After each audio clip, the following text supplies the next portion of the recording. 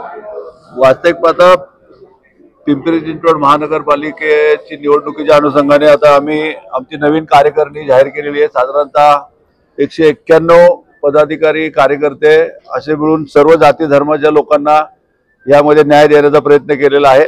आणि आपल्याला सर्वांना माहित आहे की 1992 सालापासून वास्तविक पाहता 1986 ते 92 पर्यंत कैलासवासी रामकृष्ण मोरे साहेब यांच्या हाती ती सत्ता होती। आणि त्यानंतर अजितदादांनी 1992 पासून अजितदादा वर्चस्व गेले 25 वर्ष महापालिकेवर 2017 पर्यंत राहिलेले।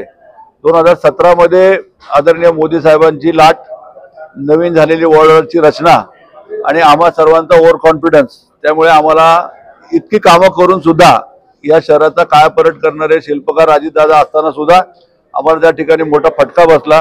आणि त्यावेळेला आम्हाला मात्र 36 सीटवर तिथं समाधान मानावं लागलं।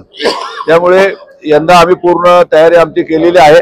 अर्थात महायुतीमध्ये असताना अजितदादा किंवा मुख्यमंत्री उपमुख्यमंत्री जो काही निर्णय घेतील त्या निर्णयाच्या अनुषंगाने आम्ही सामोरं जाण्याची तयारी पूर्ण केलेली आहे। अगदी स्वतंत्र लढायचं म्हटलं तरी आम्ही स्वतंत्र लढण्याची पूर्ण तयारी केलेली आहे।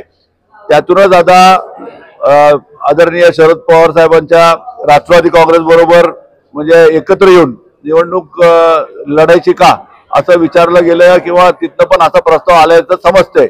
त्या गोष्टीचं आम्ही सर्वजण या ठिकाणी स्वागतच करतोय, कारण आमच्या दुफळीचा फायदा हा विरोधकाला होणार आहे। तर आमचे खऱ्या अर्थाने श्रद्धास्थान हे आदरणीय शरदचंद्रजी पवार साहेब आहेत आणि प्रेरणास्थान आमचे अजितदादा पवार आहेत।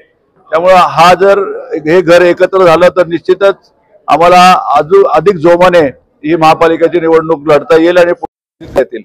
त्यामुळे आज साधारणतः आता सांगितल्याप्रमाणे 191 लोकांच्या सर्व पदाधिकारी सर्व जाती धर्माच्या लोकांना समाविष्ट करून ही आज आम्ही कार्यकारिणी इथं जाहीर केलेली आहे। आणि आगामी निवडणूक लढण्याची पूर्ण आमची तयारी झालेली आहे। सर्वच्या सर्व 32 प्रभागामध्ये आम्ही ही निवडणूक लढवणार आहोत। आणि आम्हाला विश्वास आहे की जनता पुन्हा एकदा हे शहर राष्ट्रवादी काँग्रेस पक्षाच्या हातामध्ये देईल, कारण मागच्या 9 वर्षामध्ये ज्या पद्धतीने कामं रखडली गेली आहे, ज्या पद्धतीने विकास व्हायला पाहिजे होता तसा विकास झालेला दिसत नाही। त्यामुळे निश्चितच जनता या गोष्टीचा विचार करून पुन्हा राष्ट्रवादी काँग्रेस पक्षाला या महापालिकेमध्ये राष्ट्रवादी पक्षाचा झेंडा फडकवायला किंवा राष्ट्रवादी काँग्रेसचा महापौर होण्याच्या अनुषंगाने जनता जनार्दन आम्हाला कौल देईल असा आम्हाला विश्वास आहे। 5 वर्षामध्ये भाजपवरती अनेक आरोप झाले भ्रष्टाचाराचे, याचा काही फायदा होईल का? कशाचे?